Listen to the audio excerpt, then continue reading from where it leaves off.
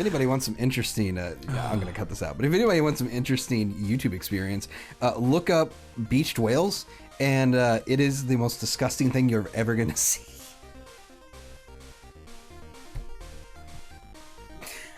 Don't do that. Kyle, what are we doing here?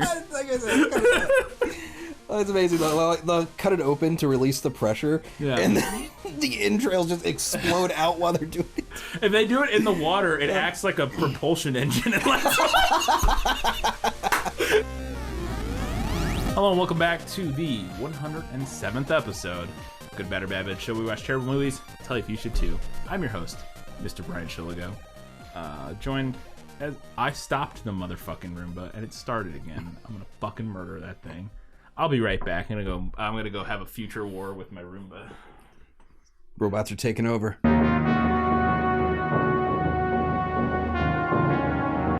What is with the line there on the? Apparently, it's an inside joke that Katie wants to know if anybody will understand. So, if you can see this, and then this cat, apparently it's a thing from something. I don't know. Katie did it. Let her know in the comments if you know what it is. Then you'll get Katie points. I don't know. It's from something like a comic or I don't know. Anyways, she'll make cookies that Brian will enjoy. That I will enjoy. Yeah, it's hard to apparently mail those. So if you love me and want me to have cookies, figure out what that is. What the fuck are we talking about? Future War.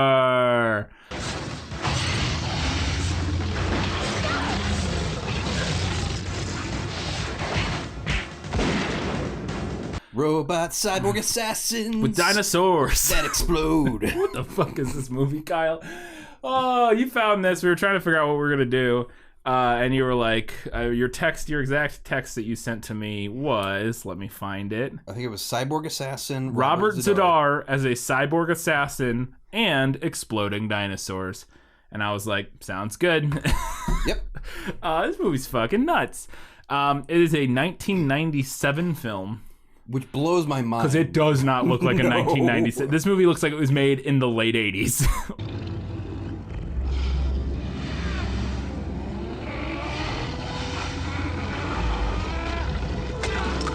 Early 80s, yes. Mid 80s, I don't know. It looks kind of terrible. They had a small amount of stuff to work with. Yes. And they did what they could. Yes. Which is a puppeteer. Puppeteering them dinos. And a vast quantity of cardboard boxes.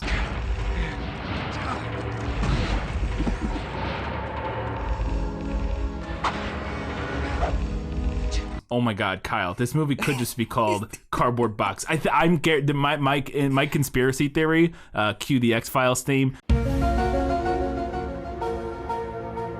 Is that this movie was funded by Big Cardboard Box. FedEx, UPS. FedEx, yeah, UPS. The great thing is, in the credits, they actually had a credit for box wranglers. Big Cardboard is out to get us, Kyle, and they're making propaganda in this movie.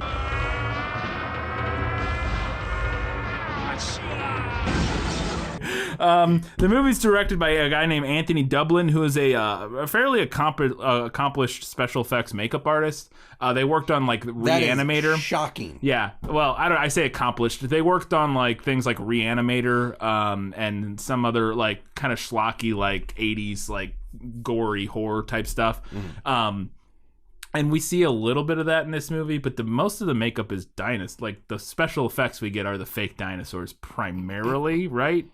And then, like, I guess technically, like the makeup on the cyborgs, which is not really anything. No, it looks like they're just from, I don't know, some 80s glam band. Yeah, kind of. Literally, just they have like a gray face with like dark eyes. Or in Robertz'dar's case, just a microscope over one of them. Yeah, they're like, oh, you guys have all seen TNG, right? Like the Borg.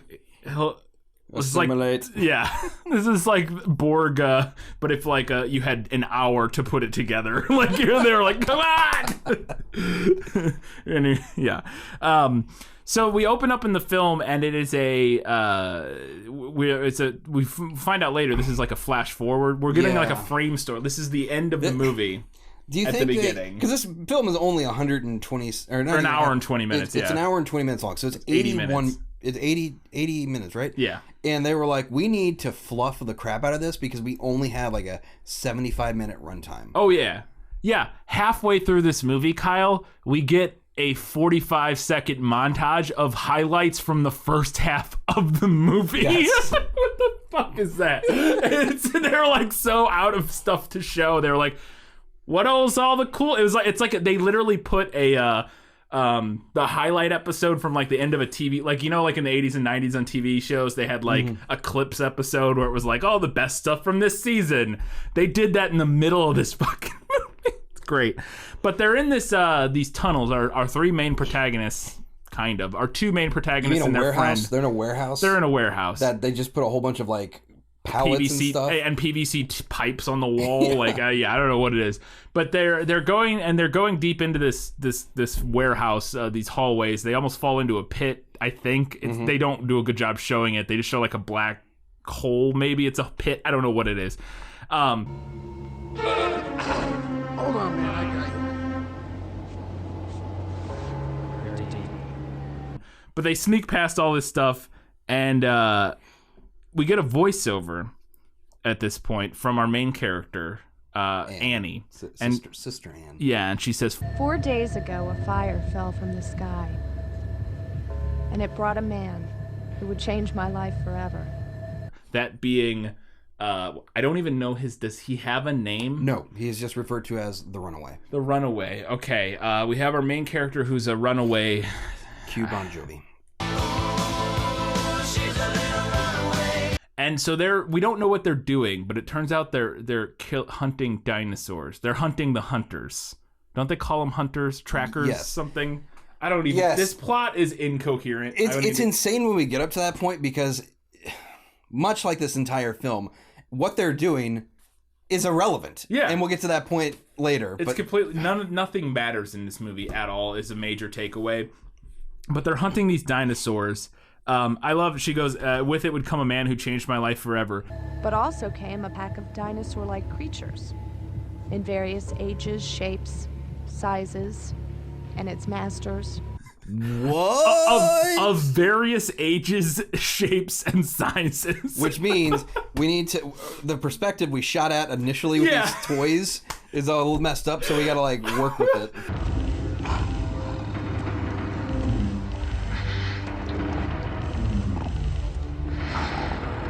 Oh, they're all different sizes, guys. Don't worry. It's not just our weird forced perspective looking off. They do have tiny dinosaurs and huge ones, though, which is fun. And right away, holy shit, that's a giant fake dinosaur. And another one, I was into it initially. They had me from moment one with their fake puppet dinosaurs. Yeah, they had us the first half. I'm not gonna lie. That are just like. They're just they're latex. Yeah, or foam latex or something. Yeah, they're just latex dinosaurs. The kind of things that you would get from, I don't know, like maybe a national park, like Dinosaur National Park. Thing, yeah, and you get that in the gift shop. The small ones. They look, they're just giant foam dinosaur puppets. They look terrible. They don't look terrible, I guess, but they move stupid because they're not articulated in any way.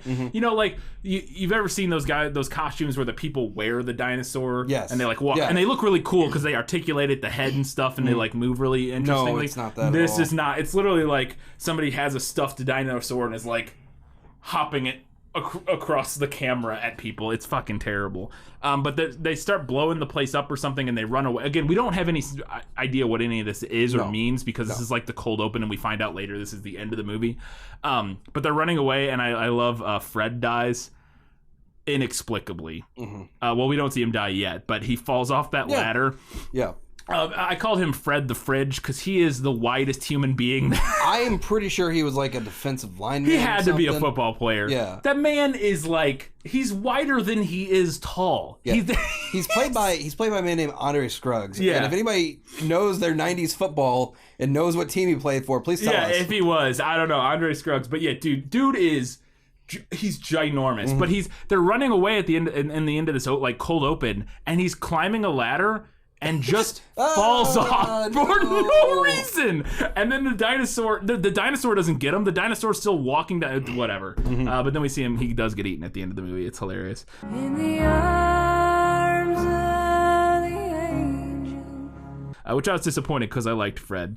But then, so we cut from that cold open to space. Oh my god, the worst space special effects ever. I would argue, now, given that this was 1997, yes. This is a fairly, okay miniature, that you would see in the Star 60s. Trek yes. in the 60s. yes, that's it, yes. So, yes, for 1997, it's terrible. But it's quaint in a way. It's art. It does harken back to that. They couldn't even be, it claimed, special effects and all that. They couldn't even be bothered to add, some sort of light glow to the engines. Yeah, that's fair. They didn't. They literally just moved it across a black background and filmed it. Mm-hmm. But there's something quaint about it. And the thing is, they didn't even do that. What they did was they did a top-down shot of, a few little light pierce-throughs, and they took a, what do they call it? Mylar, I think is what it's called. That transparent material that you just shoot through, and then they just stuck that, at the end of a little, fishing line and just drug it across the screen. Okay, Kyle, I'm not saying that they're fucking brilliant. I'm just saying you're not wrong. I did like the nature of the old-timey miniature spaceship. I thought it was... It's art. Space. Yeah. The final frontier. I loved it. I loved that part. But so we get a guy who's... This is the wild thing, is that we get the opening of the movie, then we get the guy escaping from his spaceship. This is the runaway.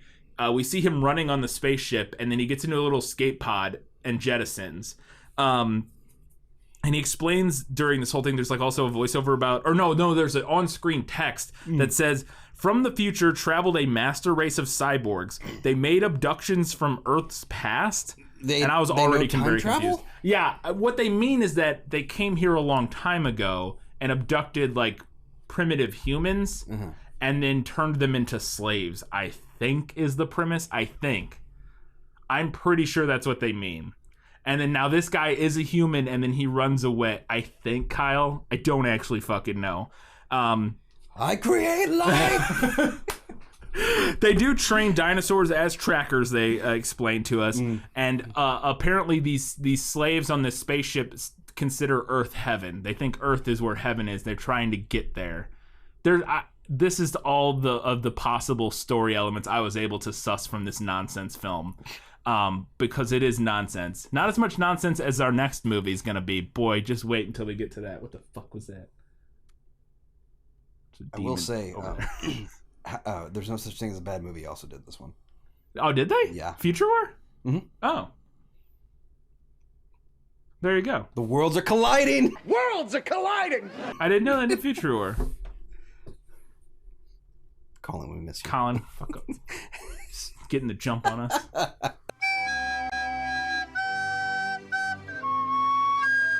Kyle's like, I got this new super original movie that I found, and I was like, sounds good, Kyle. Let's do it. And then he was like, it's joke's on you. Colin and April and them Justin already did it. Oh man. Let's cancel the whole episode, Kyle. We're fucking. It's already been done.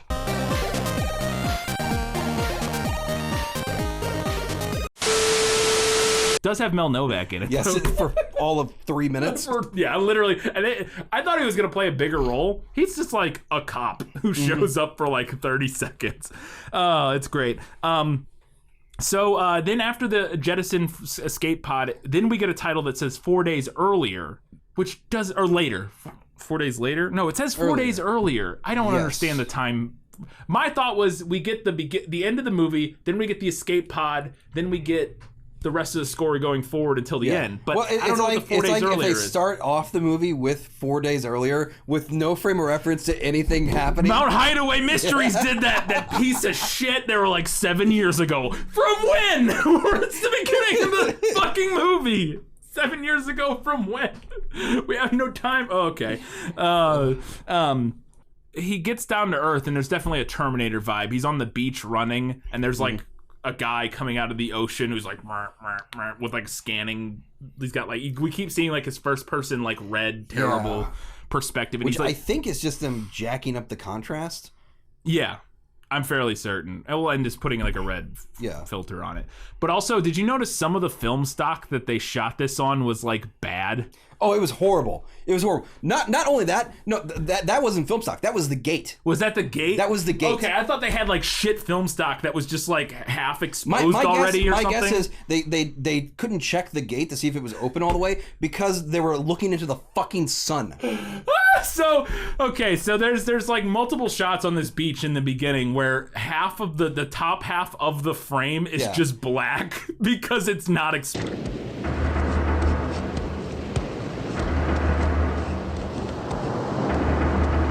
Multiple shots in this opening sequence. The top half is not exposed. There's just it's just black, and it's not on purpose. It's very much an accident. I thought they just had shit film stock that had like already been used, or I didn't know what it was. But and then so they get going, and I love this guy. The Terminator has a tiny T-Rex on a leash. Yes. It's the cutest thing.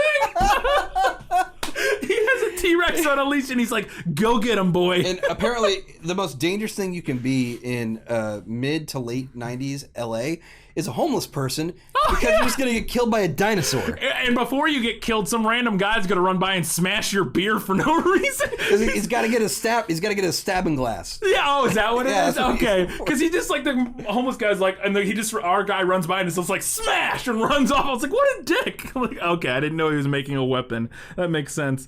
And then that homeless guy just gets mauled by a baby T-Rex. Which is hilarious. I can't get over how hilarious. And then it goes after our guy. Yeah, and then he bottles it in the neck.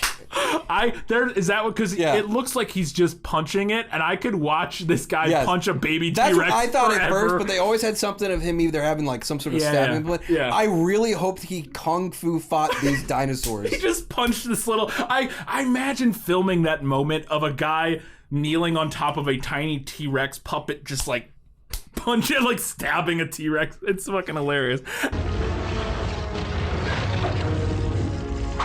But this is the first introduction we get of it exploding once it dies. Dude, that blew my mind the first time because I forgot you had said exploding dinosaurs, like it didn't register in my head, and then literally, motherfucker, the baby T-Rex just poof explodes. It's fucking amazing.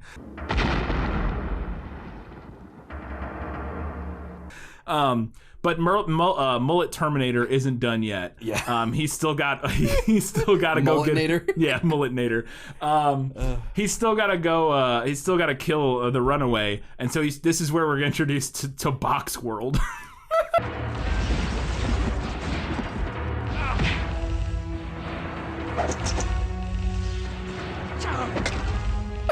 Yes. Oh, there's so many cardboard boxes. Not Jean-Claude Van Damme leads him into this warehouse. This guy looked a little bit like JCVD, but not quite.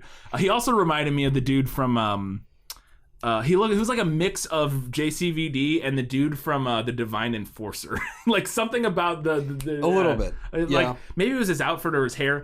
His outfit in this movie, I swear, on somebody else had worn in a movie we've done. The cutoff plaid shirt with it looked so familiar. What is it? Was this just a fashion sense of the late 90s and mid 90s? It was garbage. Where it was just 90s plaid was everywhere. It was garbage. Everybody wears plaid in this movie, like the entire time. Our main two characters, he wears like a blue or black plaid, and she wears like a red plaid, like the whole movie. And also tight-fitting jeans. Yeah. Everybody has tight-fitting jeans. Well, that's still a thing. But But I don't because... We can't.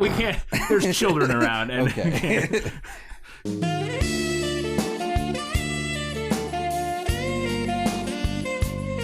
Kyle doesn't need the women throwing themselves at him as he walks down the street. We would have a seat. We would have a. What is it? Oh God. The frickin' people who monitor media. Oh, the MPAA? No. I know who you're talking about. Yeah, we went with that kind of FTC? violation. FCC? FCC. We wouldn't want an FCC violation. The FCC won't let me be and let me be me, so let me see. Yeah, there you go. That's the most Eminem I'll ever do on this show. So the FCC won't let me be or let me be me, so let me see. Oh, they fight through boxes. I love there's a big moment where he picks up a clearly empty cardboard box in slow motion, and it just bounces off.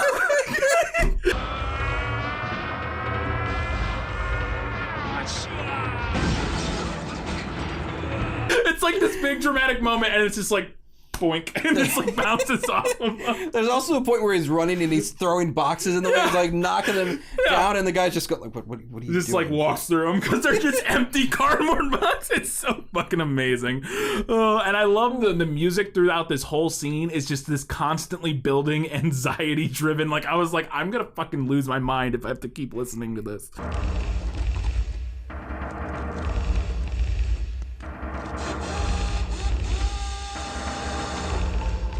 But then he gets into this warehouse, and there's still the guy has another T-Rex now with him, like a bigger one, maybe. It's a bigger one. Also, like this is now a cold storage area. Yeah, and this dinosaur who's cold-blooded is like, I'm all good, bro. Yeah, I'm all chill. Literally chill. But he just slices the T-Rex comes at him, and he just like has a cleaver and he's got some like. He like slices it once and it just dies. And he says later, he's like, they have a weak spot on their throat or something, but he has no problem dispatching any of these dinosaurs throughout the course of the fucking movie. It seems these zombies have a weak spot if you destroy their brain. Yeah.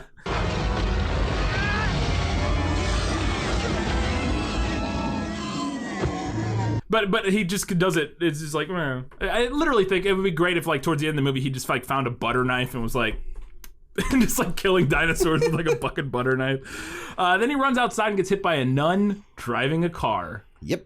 Because there's a nun B plot in this movie. Yep. Our Annie, our main character, is committing herself to the nunnery. Yes. She was like a day away or something like that. From her final vows. Yeah, vows or whatever. Mm-hmm. But she's having second thoughts, and so she goes home to the halfway house. Yeah. She's on her way to the halfway house that she was in because she was a drug addict and dealer or something like that. She's also a prostitute. They want us to do the work. Yeah, I knew a few pimps in my time. Or was, yeah. And so she had a very hard life, and now she's committing herself to the nunnery. But she's got to go clear her mind, so she's gonna go visit her old halfway house friends. And this is where she hits him with the car. This is not where we're introduced to Fred, but this is where we're kind of introduced to Fred. Right. This is like where we're introduced to him in the narrative order of the film. I like to think, because he like very barrel-chested, big individual, that he is just a. He makes Commander Riker look like a little bitch. He looks like a rectangle. Yes. Or rather a barrel with literally limbs attached to him. He looks like one of those Whomper, like from Mario, the big doors that like in like Mario Kart. He's built like that. He's just like fucking. But they say, hey, I kind of ran over this guy, so we need to help him. Let's get him, get him some food and let him sleep it off or whatever. Yep. What's going on? There's an injured man in the car. He needs our help. Get him some trashy 90 clothes. Yeah, we got to give him some terrible 90s. We got some plaid for this guy? Guys, plaid, stat! It's like the emergency. We're losing him. Get the plaid on him. That's not working. Tear the sleeves off. It starts flatlining, and then they get the plaid on him and jump him, and then Nirvana starts playing. Clear.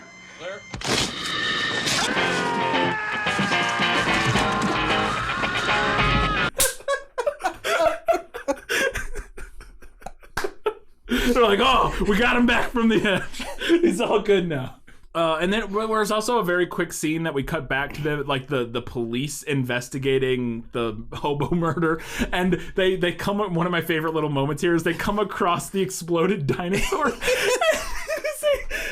It's a perfect outline of the baby T-Rex's body in like ash on the ground. Oh, and this main police detective guy that comes in. First off, I do love how they have to. Yeah. Okay. So the fact, how do we tell that this guy's a police captain, a police detective? He has a giant fake wig, very terrible wig. You gotta have like the trench coat. The trench coat, yeah. So it's like, he must be a detective. He also has the worst hair wig ever. His hairpiece is something else. But his name is Polaris. Yes. Detective Polaris. It's a fucking weird name for a. I've never heard it. Polaris is like that's what a space mission is called. Polaris, not a person. I don't know. Whatever. He's attracted to crime. Oh, it's great. So they're investigating what's going on with these dinosaurs. None of that ever really goes anywhere, but that's what's going on. And by the way, when you say your name is Captain Polaris, that sounds like a comic book villain or hero name. Yeah. He should literally be a space a spaceman, but he's not. He's just like a detective in LA or whatever. But and then so we get this is our classic fish out of water setup where a guy can't talk. They're trying to talk to him and he doesn't say anything. He's just messing around the radio like a crazy person. He's just like boop, boop, boop, trying to find something or whatever. But he can't talk, but then magically and instantly he can talk. The movie goes from he can't talk, this is going to be a plot point, this is going to be an important thing. It's like the fact that he can't talk and like figuring out how to communicate with them. Well, you think it would be next scene he can talk. I know. You think it'd be, and you could do it smart. You could do it like Planet of the Apes, damaged vocal cords and all that. That's what he says. He says that. He says, she says that. She's like, there's something wrong with your throat. Yeah, you can understand us, but you can't talk, right? Is that it? Is that it? Is something wrong with you? That's not it. It's right. No, he's just... I don't know. That's the problem is I don't know what the issue was. He just wasn't talking, and then the next day he's like, I learned quickly. I can talk now. He explained to me how quickly he could learn, how his vocal cords needed to adjust to speak our tongue, and how he had heard our words before. And here's the thing, they had a built-in cool idea for him communicating with the fucking radio. Yes. Do the Bumblebee thing. Yeah. Why didn't they do the Bumblebee? It's so obvious. He has the radio and just have him communicate whatever. I mean, it's stupid, but it would at least be kind of... It's even more simple in the grounds that all you have to do is in post... drop in the sound. Drop in the sound that you want, And now, obviously, I was surprised they didn't do that, but he just literally goes from one scene, can't talk, next scene, I can talk. Fuck you. Doesn't matter. Whatever. Yep. Cool. Here I go. I'm sorry, I don't understand.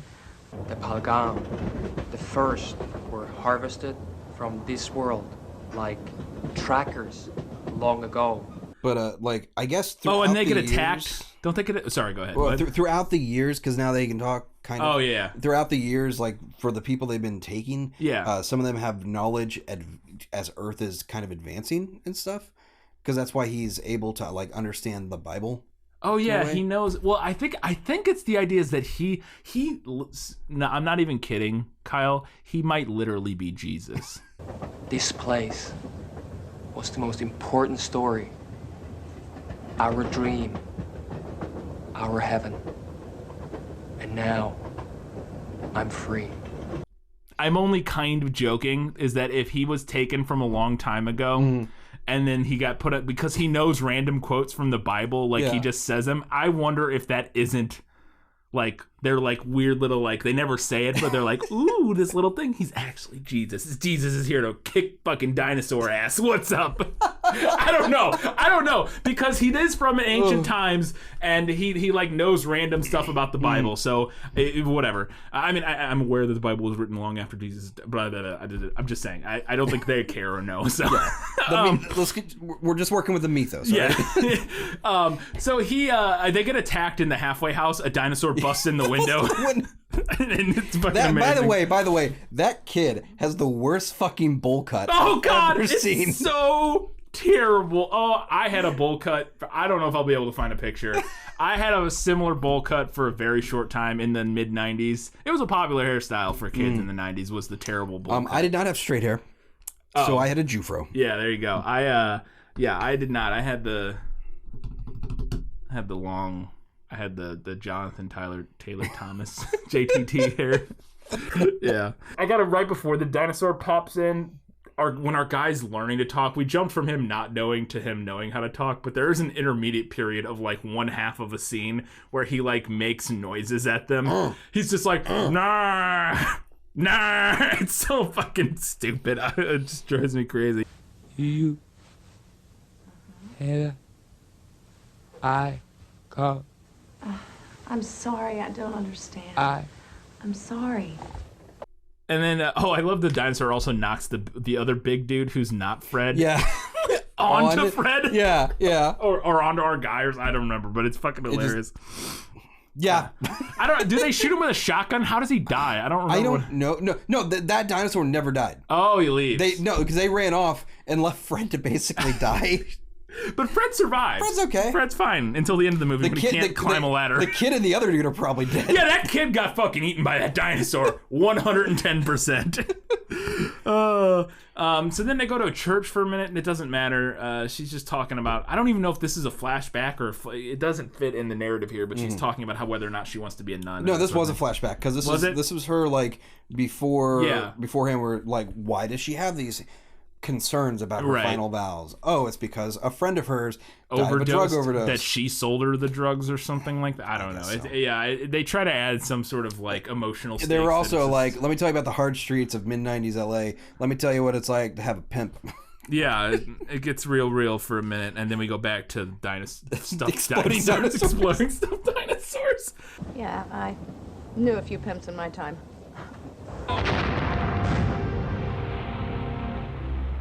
Also, I had to sell my body. It was traumatic and horrible. Look out, a dinosaur! It's like the fucking dumbest thing. It's real stupid. And then a guy gets eaten at the park who's reading a monster magazine. Yeah, I bet that's the director. That was not the director. That was a guy, I can't remember his last name, is Ackerman, but he was really... Scott Ackerman? No. Might be. No, Scott Ackerman is a comedian. He's like Comedy Bang Bang, like he does that. Gotcha. It's not him. He's 50 or something, 40. This guy was like 70 at the time. It's Forrest Ackerman. Because I looked him up beforehand. So like he was like a renowned like sci-fi guy who like collected. Was he like a makeup artist or memorabilia guy? Like he's known for collecting. Oh, okay. So like in LA. So it's like a fun little cameo because he's got like a monster magazine. He has a very distinct look, which is the mustache, very big frame glasses, and now later in life Hawaiian shirts. Hawaiian shirts apparently, and then he gets fucking eaten by a dinosaur, which okay, sure. I saw that guy. He looked so distinct that I was like, I need to find out who this individual is. I assumed it was the director because I didn't look up a picture of the director, but. Zooming along, protecting the Hebrew race. Oh, then we get now this is where we get the setup for like the rest of the movie. Basically, is we're being invaded by dinosaurs. Yes, basically they're after him. They're after him and her for some reason. Like both of them. But like now they're throughout this area, town, area of LA, and we get this insert of a guy calling the cops from inside some warehouse. Oh god, yeah, that scene is amazing. Yes. He's calling the cops, and the guy that answers the phone, is the worst actor I've ever. The police. It was fucking awful. Also, whenever he was on the phone, because he was on a payphone, I was really wanting it to, while he was in the middle of a 911 call, go, please insert. Please deposit 25 cents to continue your call. Yeah, he's like, fuck. Hello, yes. Anybody? Please insert 25 cents to continue your call. Yeah, but the guy I love too, his hat just says police on it. Just has the word police. And then the sound mixing throughout this whole part is fucking atrocious. It's amazing. They also have I also love to imagine in the room, this is the room where they're hiding from the dinosaurs, the lights are flashing, and I like to imagine it's not anything the dinosaur's doing, it's just one person really freaking out, like, I don't know what to do, like turning the lights on and off. This is also where Mel Novak shows up. Yes, yeah. So they have a SWAT team ready to go to the warehouse to kill this dinosaur. But we gotta talk real quick, you gotta talk about the news team. Yes, that's okay. The news team. So like the news team comes up, and it is a blazer you got at a thrift store. Yes. And the camera, I swear to fucking God, is a lens and a little handle they attach to a fucking cereal box. A cardboard box! They did. It's 100% a cereal box that they spray painted black and taped to some sort of lens assembly. Mm-hmm. The thing that's wild is, where did they get that lens assembly stuff from? Because it's like the front of an actual camera. Yeah. Yeah. Taped to a cardboard box. I completely forgot about this. I gotta hit the brakes real quick and rewind because this is so 90s it makes my head explode. The kid, the bowl cut kid. Yeah. What did he have in that scene where he was talking to the future man? I don't remember. He had the fucking voice recorder from Home Alone. Oh, he did have the voice recorder from Home Alone, and nothing comes of it. That's another thing I thought was good. Yeah, he could have done something. The kid could have recorded words on it, and he could have used the kid's voice to communicate with. He could have played the clips of the kid talk. There's so many options, and they do none of them. But I saw that, and I was like, holy shit, Home Alone, 90s. Yeah. It's fucking wild. So then we get the 90s. cardboard news crew, and the guy's mic looks everything about the news. The mic flag is over his hand. Everything about it is just it's fucking wild. And he's his lines are super flat. He's like, reporting to you live from the 5th Street warehouse, where there has been a reported animal attack. We're here at the scene of the crime. It's fucking weird. And whenever the Captain Polaris is talking to the people back at the police station, it's normal sounding whenever they're on camera, and they're whenever they're off camera, because the sound mixing's god awful in this film. Captain, there are employees still in the plant at the back of a storeroom. Joey, leading the tactical team, you take the point. Yeah, it's fucking crazy. So then, for no reason, our people get picked up by the cops. For no reason, Kyle. No reason. They're just existing in the world, and the cops drive by and they're like, come on, we're going to go murder these dinosaurs. Come with us. And they're like, okay, I don't understand it at all. But they get them there, and they're going in, and then the police captain, who has no interaction with these people whatsoever, is like, you two, come with us. Come into this warehouse full of dinosaurs. What the fuck is going? It's so weird. It makes no sense, and they make no attempt to explain it. Zero. They're like, fuck you. This is what happens. We don't care. It's fucking wild. So they go in through the building, and they find one of the cops who got his arm gnawed off, and his arm's laying there on the ground. And this is where Mel Novak gets his lines. Don't shoot, boys behind him. We might hit each other. Yes, Mel Novak is now, he's just a generic police officer, SWAT officer, set 47 got a or shotgun. Whatever. Or number 2, yeah. And he's there, and now they get attacked by the dinosaur. And my favorite thing is the way they conquer this dinosaur. They stab it. Well, yes, but in order to stab it first... Oh, they gotta distract it, She takes her jacket off and throws it over the eyes of the dinosaur, and it's like... And then he's like, stab. And then it makes a really big explosion. Yeah, and they're standing right next to it, and they're all fine. They're like, oh no, it's gonna explode. Cover my eyes, we're good. we're all fine. I am curious, though, because... the part that makes the grenade dangerous is all the shrapnel. If your explosion is nothing but viscera... No, it'll fuck you up. Okay. Have you ever seen... There's this famous moment from like the 70s or 80s where this town, I think in Washington, a dead whale washed up. Oh, yeah. And they fucking blew it up to get rid of it. That's and amazing. It like rained down and like crushed cars and shit. So it's basically that moment. That's what would happen. They would have been crushed by a T-Rex leg or whatever. Brought to you by your local government.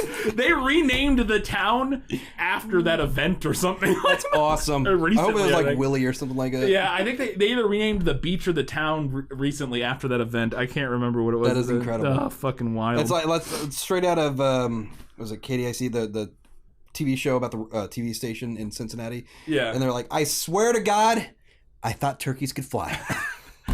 As God is my witness, I thought turkeys could fly.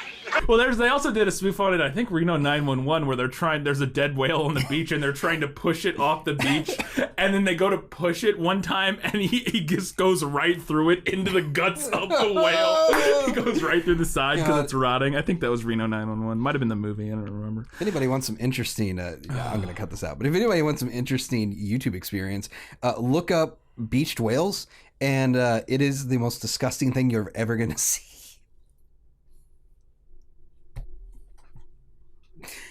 Don't do that. Kyle, what are we doing here? Like I said, it's amazing. They'll cut it open to release the pressure, and then the entrails just explode out while they're doing it. If they do it in the water, it acts like a propulsion engine. That's how they get rid of whale bodies in the ocean. They just cut a hole in one end and it just across the ocean. So then our guy, I don't even know why, gets locked up. Yeah. For some reason. For no reason. They just arrest him now, and because he says they're after me. Yeah. Well, we gotta arrest you. We gotta put you in jail then, I guess. Sure. And then he's doing Tai Chi in jail, and this is where we get the recap of the first half of the movie where they're like, here's some highlights in case you missed literally the dinosaur exploding from 20 seconds ago. We're gonna show you that again. So here you go. And then this is also where they're making clear he had a collar thing and that's what all these dinosaurs have. That's what explodes is this collar that they have, and they show the one that our guy had, and it's I love that it's just like I don't know how. Yeah, they never explained how he got it off. But the collar is just like they bought like the cheapest like studded collar at like the local Hot Topic. Yeah, and they put a little light on it. Yeah, and they put like a little light on it, and they're like, that's our fucking super advanced alien explodey collar. Cool. And then the cops. Oh no! Like some weird organization shows up and slices a transmitter out of his neck. And that never goes anywhere. I think it was supposed to be like FBI or some sort of. Well, it's like some shadowy like government thing. Yeah, national thing. It was very akin to who's in charge here? I am. Not anymore. You're not. Not anymore. You're not. I'm with this agency. The Men in Black basically show up, but they cut a thing out of his neck, which again never really matters or comes back in any way whatsoever. This is how they're tracking you. Oh right, I could have got that out at any point. Yeah. I also, there's this, I don't know this line, it just made me laugh a lot. I don't know who he's talking to, but our main guy, the runaway, says to somebody, I apologize for this humiliation. It's my job. I have a job too. I'm a tool. I have a job too. I'm a tool. Yeah. He keeps referring to himself as a tool. I'm a tool. And I was like, yeah, you are, dude. Good job. Then sexy scientist gets murdered. She's doing a test on the transmitter or something. And this is where Robertz'dar shows up. Oh yeah, this is where he shows up. Oh, that's right. This is where Robertz'dar shows up because the first Terminator was not Robertz'dar. It was mullet guy. And now I called him Robo-Z'Dar instead of Robo-Z'Dar. He shows up and he just is. This woman's trying to hide in the ventilation system. They've gone up the ventilation shaft. Is that where she's okay? It is. This is shot so incomprehensibly you can't tell what she's doing. I think what they're implying is I think they're implying that he sees her at one point and then grabs her through it and pulls her down. But the way they shot it does not work. And where she is not a vent because it's like ginormous. Like they show her leaning and looking, and I think you're right. She's supposed to be like in the vents, but it looks nothing like that's actually what's happening. But she gets pulled back through, and then he just snaps her neck. Like because she was doing something. I don't even know what she was doing. She was looking at that transmitter that they cut out of his neck or whatever. But then this scene's fucking amazing. He breaks into like the main part of the police station. So I break in there and I start blasting, and I just start blasting. And so everybody else starts blasting. And my favorite thing, there's one guy who runs in. I don't know what he's wearing. I thought it was a criminal who just decided to shoot at. I think he's a cop in like undercover clothes, but he's wearing like all black and he has a shotgun. And I don't know what he is, but he runs in and he starts shooting at Robertz'dar. And doesn't even get close to hitting him. Well, if you look at that scene where because he's shooting and then the person in the background is also shooting. They're shooting in two separate directions. Yeah, and we see what the guy with the shotgun is shooting. He's hitting a wall with a target on it, and I was like, does he think the target is the bad guy? What is that? It's incomprehensible. It's incomprehensible. But everybody gets shot up except for our main guy, and he kind of gets away. Yeah. He gets away, and they track him to a park. They track these dinosaurs to like a park, and they're eating kids.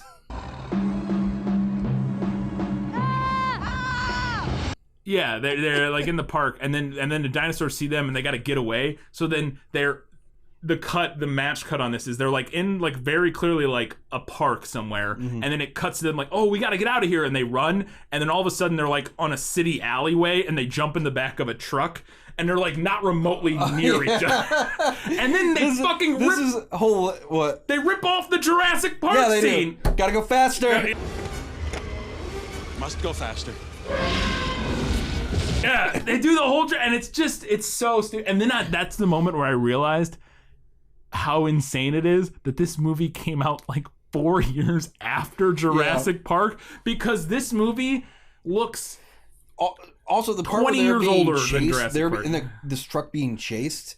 They are the perspectives they are using for this toy dinosaur this tiny toy dinosaur.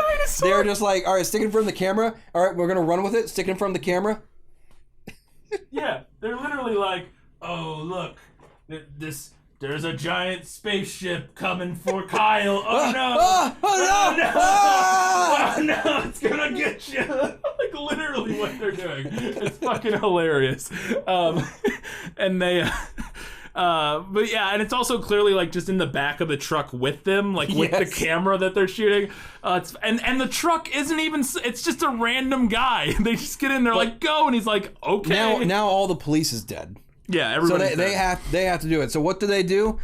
We got to bring the families together. Yeah. As a community. We got to kill the dinosaurs. Fuck up these dinosaurs. We got to fuck up these space dinosaurs. They meet up with a rival gang, and it's in addition to the plaid, it is also the top button. The top button only. It reminded me of High Kicks a little bit. The gangs from High Kicks. What are we going to do today? Maybe tag the White House? I say we go to the tracks, rip off a couple of chorizos, play the dogs. But she meets up with a guy named Chadwick at one point. A fucking guy named Chadwick. Well, I'm assuming it was a previous client of hers in another line of work. We go back, don't we? We go way back. I'm not here to talk about that. He hands her a giant pack of, I assume, drugs. He says there's enough there to kill a bunch of people. I don't even know. I think it was explosives, actually. Was it explosives? Possibly. Yeah, that would maybe make sense because they do blow some stuff up later. And then he hands her a big pile of money, and then they call together the gangs, and they're like, guys, we gotta protect our turf from these space dinosaurs. They're like, we need guns, big guns, lots of guns. Yeah. And then while they're trying to plan all this stuff out, our runaway dude is grabbing each of them, and he's like, so I didn't look into the barrel, right? Yeah, because he does it with a flashlight first. Yeah. And he blinds himself, and then I was really hoping he was just gonna shoot himself in the face, and the movie was gonna be over. But they also have like these tranquilizer guns. Yeah, these weird. They look like Nerf guns that they spray painted black. I don't. It's the whole ending is crazy. So now it's just a gang hunting dinosaurs in the sewers. You know, as you do. Also, is this the plot of Turok? I don't think so. Isn't it like dinosaurs that like keep enslaved humans in that or something? Maybe. It's been a long time. I haven't played Turok since the mid '90s, so I don't remember. But Turok on 64. I never played the 64 one. I played it on like Mac, like the original like Turok. Whatever. So then now we're back at the beginning of the movie. This is the part we already saw where they're walking through the sewers hunting everybody. And everybody splits off, and it's our guys. Well, first they put down explosives. Oh yeah. On a 20-minute timer. Yes. And then they're like, all right, we need to go and find these dinosaurs now to kill them. Yeah. Even though we put a bomb here. Whatever. That's the point, right? Yep. And they also set up like a net or something that we find out it was later. an electrified fence net thing. And they also have they have something else, don't they? Like a pit that they're... Or no, that's the hole that's... It doesn't matter. Yeah. Oh, they have a dumbbell with some weights on it that they use. Oh, that's what it was. That we see after they do the dumbbell, they cut to the shot of the dumbbell hitting the dinosaur, and so it's a dumbbell on cables that they swing like Jawa style into the ATST, and or not Jawa, Ewok style into the ATST. And it hits it, and then we cut to the shot of the dinosaur getting hit by the dumbbell, and it's so clearly because the dinosaur puppet is this big. Yeah. It's like a toothpick with like two washers on it, and the cable is very clearly monofilament like fishing line. Yes. It looks so stupid. I love it so much. But they're going through, and they find them. They find the dinosaurs. Yeah. But they're like, oh shit. We need to lure them out because we can't fight them in there. We have to draw them out of there. I know. Are you scared? Yeah. And this is where Fred dies? Fred falls off the ladder just incomprehensibly, and there's one shot of his body getting munched, and then we move on. Poor Fred.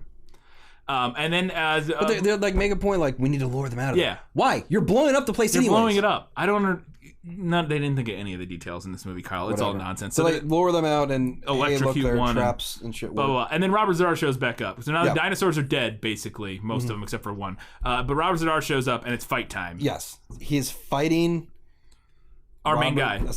Robo-Z'Dar. Robo-Z'Dar. A runaway is fighting Robo-Z'Dar, and I love all the rest of our people are just standing there doing nothing. Yeah. It reminded me of that moment in like I think it's Serenity where Nathan Fillion's fighting the bad guy at the end, and one of the other characters is like, "There's something the captain has to do for himself." No, it's not. Oh. No, he's got to do this on himself. And he's like, no, I don't. And they're like, oh, okay. Yeah. I'm just imagining that moment in this movie because they're all just sitting there watching. It's like, what are they? Yeah. But then our guy just kicks him into the dark. And that's it. And they think they won. Because then they run out and the whole thing explodes and caves in. Yeah. And then we see another dinosaur puppet crushed in the rubble from the miniature explosion in this like very clearly like a drainage ditch or something that they filmed. Fred's this in. like, so we didn't have to go down here? I'm dead? Okay. No. Thanks, guys. I'm the only one that died. Thanks. Oh, there was the Conroy guy. Oh, yeah, there was at least one other one. Yeah, the guy that got the guns off of who was there just randomly. And he's like, oh, I'll hold them off. Yeah, I worked real good last time.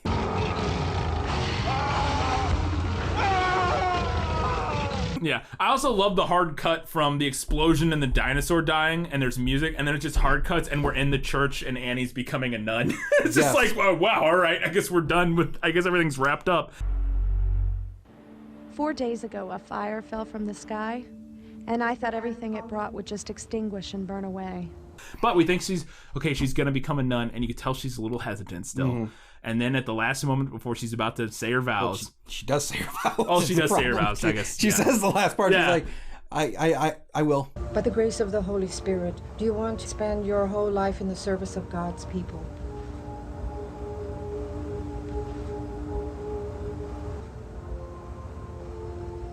Yes, I will. Yep. And then Robo-Z'Dar crashes through the ceilings. Yeah.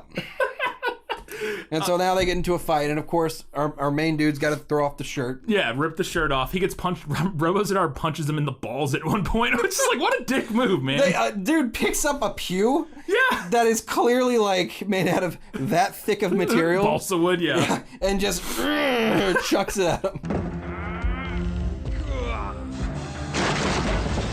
It's amazing.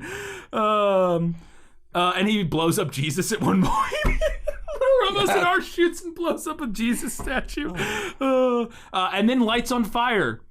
And he gets caught on fire. And because he puts the exploding neck around him. Yeah. Because they were holding on to that for reasons. Yeah, they were holding the collar for no reason, and instead of him exploding him, it just lights him on fire. Yeah. And then we don't see what happens to him. We just leave the scene with him on fire, and we're like done with it. I'm like, okay. That's pretty much it. Yeah, and everybody. Oh, and I love. There's one little moment where our guy has been beaten up. Oh and yeah, he's like laying there, dying in almost. the church, and everybody's watching him, and they're like, I guess we're done here. And they just all walk away. They didn't leave. It's like, help him. Okay, great. And then there's my favorite thing is the final quote of the movie. It's a voiceover or a line by our runaway guy, and it's the woman, and it's delivered with so little emotion for the big dramatic final line. She says, "Now that passion for living and giving life burns deeply and forever in my heart." But she says it so flat. It's fucking amazing. I don't think we could do it justice. I couldn't do it justice. Just put it in. It's and then the credits roll. And that's Future War. Kyle, that movie's fucking nuts. It's I don't know. I would say it's good, bad, probably. Yeah. It's definitely the biggest problem with it is that obviously they didn't have enough material for it. Yeah. Which is why they kept recycling with stuff, and that's why it could get kind of boring. A little boring at times, but it is very short. Yes. I mean, an hour 20 helps. It's very short. It's not like it's bloated, but they still do repeat some stuff, and it's not thrilling. But it's got enough wacky stuff. The miniature dinosaurs are fucking hilarious. Yeah. Robertz'dar is great. Some of the voiceovers and dialogue and shit, and the cardboard box stuff is all hilarious. I think it's worth a watch. I would say it's good bad. And you can find it entirely on YouTube. Yeah, the whole thing's on YouTube, so there you go.